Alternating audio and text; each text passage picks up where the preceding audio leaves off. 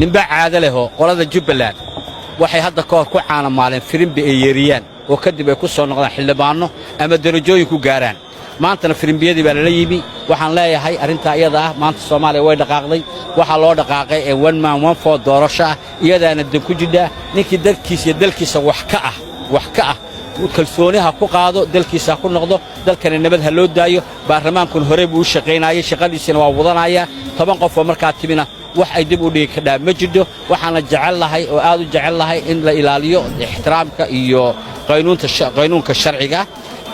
shalana waxaan ku celcelinayaa mar labaad oo shacabka iyo ummadda ogeysiinaya nimanka maanta goobta taagnaa ka hadlayay waxay ahaayeen nimankii buddiga u ahaa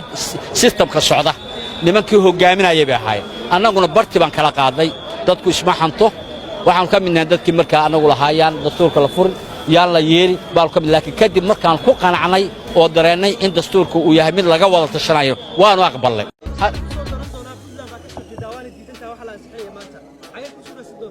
أنا بدلان بمرة سدونا هذا رين لاندير نين بدلان كبش ورجيدان هذا غلطان بدلان كهل واحد ماشي ترنا بدلان ما هي هدا عقد يسوي حي ويدير الساحة هدا عقد هدا بدلان تاجنين ما يكاد ما أقولها هذا وان أقبله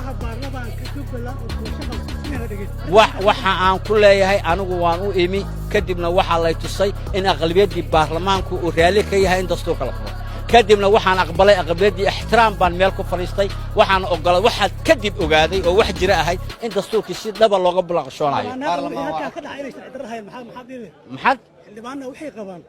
la aragtidiina ka soo horjeedo in aad mudooba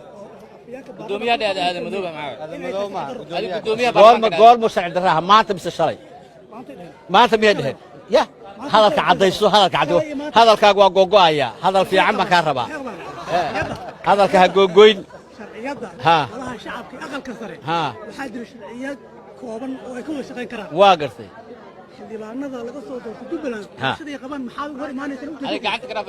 maxaad uga hormaanaysan meel tabashada waa la socotaa gudoomiyaha faahfaahiyay sharciga labadii golo baa meesha fadhiya labadii golo oo meesha fadhiya